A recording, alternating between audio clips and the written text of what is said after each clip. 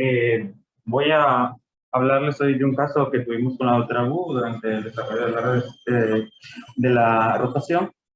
Básicamente es un caso que captamos porque los datos que obtuvimos fueron poco fluidos, porque los pacientes no referían la información que nosotros buscábamos, pero los hallazgos de imágenes hablaron por sí solos, y al constatarlo con los hallazgos en el expediente clínico pudimos dar el diagnóstico acertado. Entonces, sin más preámbulos, voy a empezarles a hablar de este caso que tuvimos, en donde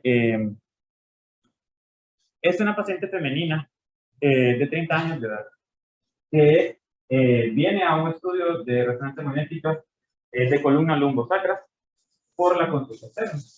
Y básicamente, la paciente refiere que es impulsadora de supermercado y que es procedente de ese distrito. Refiere un intenso dolor en la región lumbar derecha, con irradiación a la región glútea y miembro inferior ipsilateral.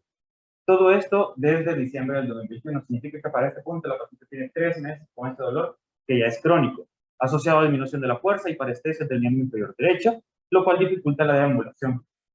Al interactuar con ella, la paciente, previo a que se le indicara este estudio en el médico, ella había referido esta sintomatología que no nos la refirió a nosotros: tos paroxística, disnea de medianos esfuerzos. También la paciente no cuenta con los antecedentes que poseía. Es por ello que cuando estamos interrogándola, la paciente no refiere ningún antecedente patológico. Sin embargo, en el expediente clínico pudimos obtener que desde el 2018 la paciente estaba siendo atendida por servicios de ginecología. Uno, porque tenía menorrea de 14 meses de duración, entonces ellos lo catalogaron como una menorrea secundaria, ya que había tenido sus periodos normales previamente. En septiembre del 2018 se le da tratamiento por un síndrome de ovarios poliquísticos. Ahora, y este es el apartado más importante del que nosotros consideramos, ya que ella no nos lo refirió y que pudimos obtenerlo, es que en enero del 2020 ella empezó a tener sintomatología de sangrado transvaginal, que de leve a moderada cantidad con coágulos. Y al ser vista por servicios de ginecología se le identificó a la especuloscopía una lesión exofítica irregular sangrante en el cervix, y se le tomó biopsia. A esa biopsia se le dio un diagnóstico un poco alertador y bastante, realmente: carcinoma espinocelular de célula grande, queratinizante e infiltrante con necrosis, clasificado como estadio 3B. Ok, obviamente todas las pacientes femeninas con una vida sexual activa deben tener el screening de CA de cervix con una toma de examen cuando se van a evaluar, ¿verdad? Esto pasa que hoy en día muchas de las pacientes femeninas vienen con cáncer de cervix a muy temprana edad, y lo hemos visto muy frecuentemente. Al hablar del estadiaje del cáncer de cervix, es un grado alto de cáncer, ya es un cáncer diseminado. ¿Por qué? Porque un estadio 3 significa que el cáncer ya se diseminó al piso de la pelvis o a las estructuras pélvicas adyacentes, está causando hidronecrosis, o ya se extendió aún a los ganglios linfáticos. Ok, cuando ya se extiende a más del tercio superior de la vagina y compromete el tercio inferior, ya califica como un 3A. Cuando se extiende a las estructuras adyacentes y causa hidronecrosis, es un 3B. Y cuando se extiende a los ganglios linfáticos, eso es un 3C. Entonces la paciente estaba como un 3B. Significa que la paciente únicamente calificaba para radioterapia y quimioterapia, no para un tratamiento quirúrgico de primera instancia, ya que las que califican para una cirugía de inicio son aquellas que tienen un estadio bajo, o sea, un 1 o un 2. Y en este caso también aquellas que tienen un NIC 3, cuando se le hace una identificación de una lesión intraepitelial de alto grado. Entonces a la paciente se le dio quimio y radioterapia, la cual la combinó el 8 de marzo del 2021. Todos esos hallazgos nos van a ayudar a que cuando veamos las imágenes seamos más capaces de evaluarlas y decidir qué tipo de lesión es. Ok, la paciente inicialmente no portaba esta radiografía, pero al interactuar con ellos pudimos obtener la radiografía. Hizo una radiografía lateral de la columna lumbosacra, en donde identificamos que existe la pérdida o ausencia de una porción del cuerpo vertebral L4. Eso es característico de una lesión osteolítica. ¿Por qué? Porque cuando los libros de radiología nos hablan que igualmente tenemos que evaluar la forma, la altura, la densidad y el aspecto del cuerpo vertebral en sí. Este cuerpo vertebral L4 tiene una pérdida de la densidad ósea, caracterizado por una lesión como el sacabocado, que se ubica en el margen lateral derecho. Y eso Es característico de una lesión musculítica, ¿ok? Entonces tenemos acá que al perder el pedículo, eso es casi, lo menciona la literatura, que cuando tenemos una pérdida de la visualización del pedículo, hay que pensar mal y hay que pensar tanto en una neoplasia primaria como una neoplasia de tipo metastásica. Entonces, al hacer la correlación con la radiografía lateral, vemos que la morfología de ese cuerpo vertebral está perdida. Y en este caso, cuando ya vemos estas imágenes, vamos pensando aún más mal, ¿verdad? Porque al tener los antecedentes previos, más esta apariencia de imagen típica, nos hace pensar de que la paciente tenga una lesión que no es primaria, sino que viene de origen metastásico. Ok, entonces voy a presentarles a ustedes imágenes de resonancia magnética de columna lumbosacra, primero en varias secuencias y después de eso con anestesiotomía de contraste. Primero, que es una secuencia ponderada ante 1 en el plano sagital de la columna lumbosacra. Y lo que nos llama la atención es que hay dos cosas que hay que poner atención. Uno, la paciente tiene la porción superior de esta columna, vamos a considerarla normal. Esa es la intensidad de señal normal de la médula ósea a nivel de los cuerpos vertebrales, ya que esta porción es a donde aún persiste médula ósea roja, que está compuesta 40% por agua, 40% por grasa y el resto de ese porcentaje por proteínas. Ok, esta es la intensidad de intermedia a alta o intermedia a baja, pero nunca en este tipo de pacientes jóvenes tan alta como la que se encuentra en esta porción inferior, ya que involucra el cuerpo vertebral L5 y S1. Estos se muestran hiperintensos en secuencias ponderadas ante 1. Eso significa que el contenido de grasa ha aumentado. ¿Por qué? Porque ha ocurrido una depresión celular de la médula ósea roja.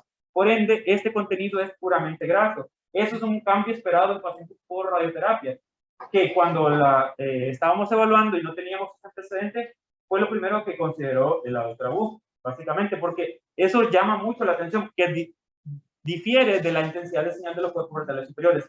Pero el punto de enfoque de esta imagen es la hipointensidad marcada del cuerpo vertebral L4, que además de eso muestra alteración de su morfología, que muestra también leve reducción de la altura, especialmente hacia la región media, de al menos un 50%, que posteriormente se hace una secuencia ponderada ante 2, siempre en el plano sagital, y lo que vemos es que la hipointensidad de T1 se correlaciona con la hiperintensidad en secuencias ponderadas ante 2, y esto es usualmente asociado cuando existe ya sea cambios de la composición de la médula ósea en ese cuerpo vertebral, ya sea por sustitución, depresión de la médula ósea roja o cambios por edema. Y en este caso, cuando estamos hablando de lesiones de tipo inflamatorio, infeccioso o neoplásico, suele haber una sustitución de las células normales, porque en este caso pueden haber tanto células inflamatorias como células neoplásicas. Y en el contexto que estamos considerando desde el momento que evaluamos la historia clínica es que esto sea una sustitución de la médula ósea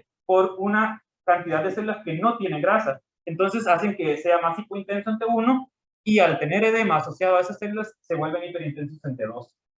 ¿Ok? Posteriormente las secuencias ponderadas, una secuencia STIR, que es una secuencia especial para saturación de la grasa, muestra especialmente aquellas cosas que tienen agua, porque tienen edema, ¿verdad? Eso hace que lo que contenga líquido se vea de mejor manera y se expresa como algo hiperintenso.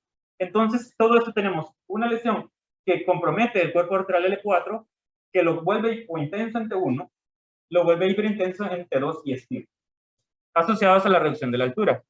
Pues, además de ello, algo que nos llamó la atención es que este tipo de lesión compromete el cuerpo vertebral, pero además su elemento posterior. Esta es una imagen siempre de secuencia STIR en el plano sagital, pero un poco más hacia el margen lateral del cuerpo vertebral, en donde se puede identificar el elemento posterior del cuerpo vertebral L4. Y se identifica que también se identifica la hiperintensidad mostrada en el cuerpo. O sea que hay compromiso tanto del cuerpo como de sus elementos posteriores. Luego, en esta secuencia ponderante 2, en el plano coronal, lo que vemos es que está la hiperintensidad y la reducción de la altura del cuerpo vertebral L4 sumado a la afectación del elemento posterior, y hay una alteración de la intensidad de señal del músculo psoas ipsilateral.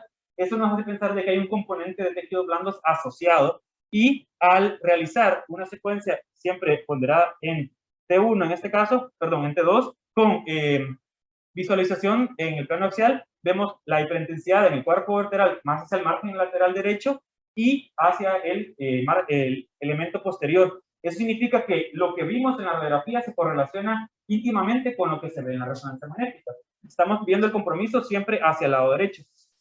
Luego, esta es la imagen que les había mostrado previamente en el T1, en el plano sagital, sin administración de medio contraste, solo para que contrastemos con el T1 en el plano sagital con saturación grasa y administración de medio contraste. En este caso, vemos que la señal que estaba hiperintensa en los cuerpos vertebrales, en donde habían sufrido probablemente radioterapia, ahora se vuelven hipointensas por la saturación grasa y, además de eso, el realce es mínimo en el cuerpo arterial afectado. Esto se ve también en el plano axial, siempre en el T1, en este caso sin saturación grasa, vemos que además del cuerpo arterial realza el componente de tejidos blandos asociados en la región paravertebral derecha y que además se denota que existe realza en la región posterior del músculo subáqueo ipsilateral. Todo eso nos hace pensar aún más mal de esta lesión. Y hemos visto que en la literatura se dice que hay ciertas secuencias que nos ayudan a sacar de dudas cuando existen estas dudas solo en las secuencias usuales o comunes, que son el T1, el T2 y el STIR para la columna. Entonces pueden hacer secuencias de difusión o secuencias de cambio químico como dentro y fuera de fase. Y a esta paciente hicimos ese ejercicio. Le hicimos una secuencia de difusión en el plano axial y notamos que existía restricción a la difusión, especialmente hacia la región central de la lesión, y que se compara con su mapa de ADC y se nota que al ser la difusión hiperintenso e hipointenso en ADC, eso restringe, es una verdadera restricción, por lo cual se ha asociado que la restricción es parte del comportamiento de lesiones malignas a nivel de los cuerpos vertebrales. Ok, eso solo es el contexto clínico de la paciente. Entonces, cuando ya pensamos en eso, lo primero que vamos a investigar es la hipointensidad en secuencias ponderadas en T1, ya que al tener un contenido de grasa, los cuerpos arteriales deben verse de una señal intermedia, no baja ni muy alta, en un paciente de 30 años. Entonces, cuando vemos esa hipointensidad en T1, pensamos en dos posibilidades: o es un proceso infeccioso o es un proceso infiltrativo. Uno, porque existe una conversión de la médula ósea en donde ya no tiene su componente usual. Entonces, vamos a pensar que esa hipointensidad en secuencia ponderada ante 1 reemplaza o elimina la grasa dentro de la médula ósea. Por ende, disminuye la intensidad de señal de ese cuerpo y nos hace pensar que se va a ver hipointensa imágenes potenciadas ante 1, y la literatura nos dice que cuando se encuentra hipointenso el cuerpo arterial o cualquier parte de la médula ósea, eso significa que esa médula ósea no es normal. Me dice que es anormal hasta en el 98% de los casos, significa que hay que hacerle más investigación, ¿verdad? Y en base a eso fue que basamos el diagnóstico diferencial de este tipo de lesiones. Uno, el mieloma múltiple, ¿cierto, verdad?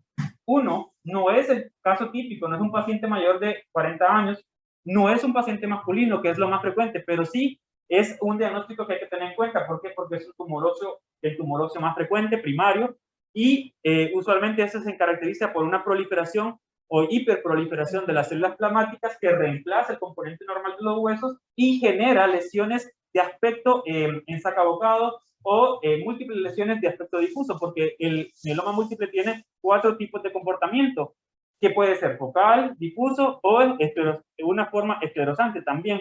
Entonces, ¿cómo se va a ver? Al reemplazar el componente normal de la médula ósea, se van a ver hipointensamente 1 y con una señal variable entre 2, porque pueden tener edema y pueden, por el mismo componente celular, puede ser mini, puede ser hiper o isointensos.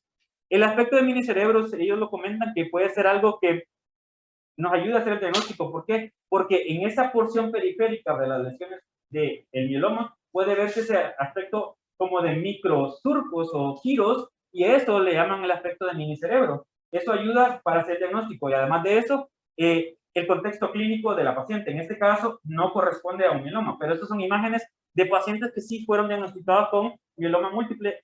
Esta es una imagen de resonancia magnética de columna dorsal, primero en T1 y en T2, en donde en T1 se nota que existen cuerpos vertebrales que tienen una señal de intensidad alterada, ejemplificada por estos áreas que son hipointensas, que son anormales. Este es un paciente ya mayor de edad, básicamente, mayor de 50 años, y que se correlaciona con los hallazgos encontrados en las secuencias ponderadas en T2. Como mencioné, la señal es intermedia, puede ser iso, hipo o hiper, y este caso se corresponde con estas lesiones de aspecto hipointenso y con la pérdida de la altura de los cuerpos vertebrales. Eso es un paciente con mieloma, que no es el contexto de la paciente, ¿verdad?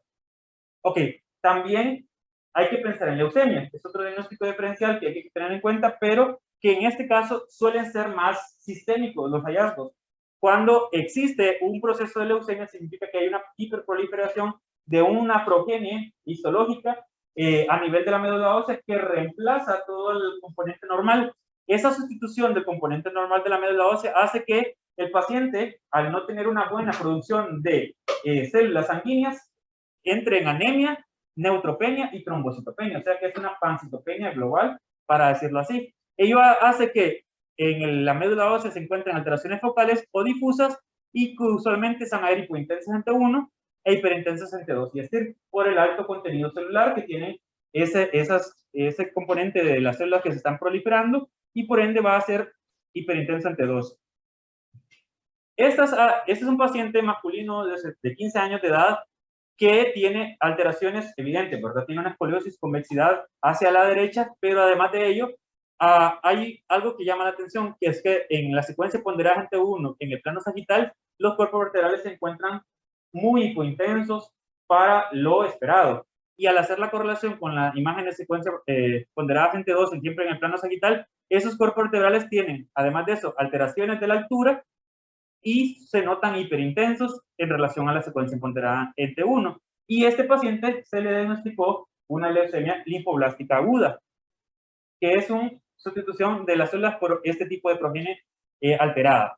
Luego, también hay que considerar la osteomielitis, que es la gran simuladora, y es por ello que no se podía descartar sino a tener unos antecedentes que nos sustentaran que no era una osteomielitis. ¿Por qué?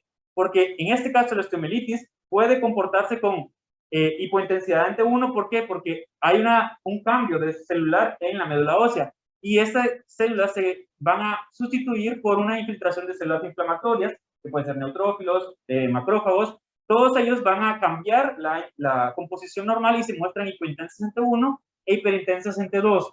Y lo importante acá es que, como son inflamatorios, tienen un realce en la administración de medio contraste y pueden asociarse de colecciones de tejidos blandos en los tejidos adyacentes, y además de eso, colecciones epidurales en las áreas adyacentes. Y este es un caso de un paciente al que se le estaba estudiando únicamente por dolor abdominal. En la tomografía inicial se le encontró únicamente una estriación y aumento del volumen de los tejidos prevertebrales en la tomografía.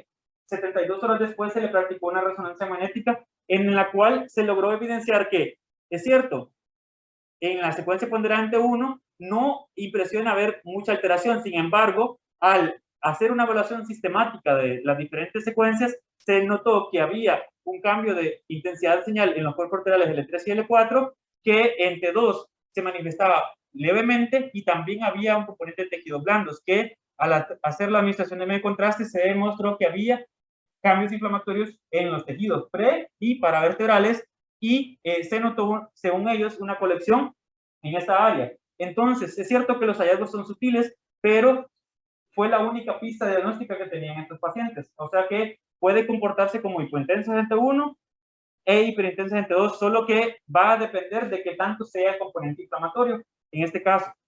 Y por último, y es lo que nosotros consideramos como principal posibilidad diagnóstica en este paciente, es que fuera metástasis óseas. Considerando el antecedente de la paciente, que es un antecedente de cáncer ya diseminado, un 3B, lo que pasa es que cuando hay metástasis óseas, se van usualmente a las áreas que contienen mayor vascularización. Esas áreas de mayor vascularización suelen ser aquellas que tienen aún médula ósea roja, ya que aquellas que tienen médula ósea amarilla suelen tener un componente vascular menor. Y entonces, esas que contienen médula ósea roja son los cuerpos vertebrales, ¿verdad? Y son la principal o el principal punto al cual se pueden encontrar metástasis por frecuencia y epidemiología.